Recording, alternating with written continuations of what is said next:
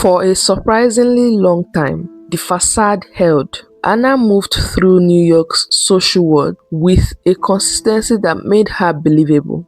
She was not a fleeting presence. She maintained relationships. She followed up on business conversations. She showed up, dressed well, confident, and always with the air of someone whose financial situation was simply not a concern.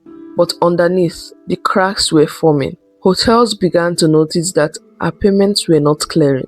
Checks she had written were bouncing.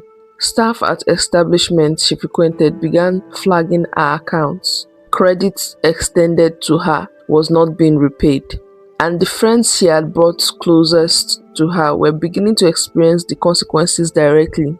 One of the most documented examples involved a woman named Rachel Deloach Williams, a photo editor at Vanity Fair who had befriended Anna and considered her a genuine friend. Rachel accompanied Anna on a trip to Morocco. The plan was that Anna would cover the costs and settle the bills using her accounts.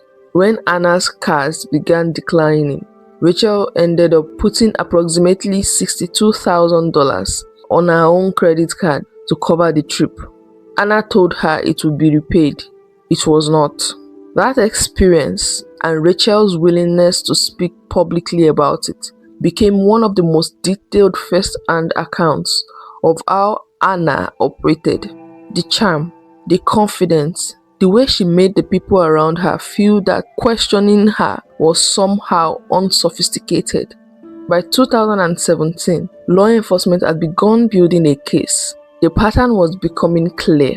Bounced checks across multiple establishments, unpaid hotel bills totaling hundreds of thousands of dollars, a loan application built entirely on fabricated documentation, and a woman who had managed to sustain a false identity across 2 continents and several years. She was arrested in October 2017 at a rehabilitation center in Malibu, where she had been staying, naturally, on someone else's account.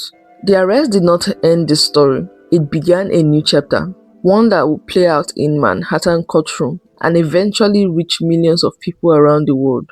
Because what came next was not just a trial, it was a mirror held up to an entire culture. And then the courtroom battle began.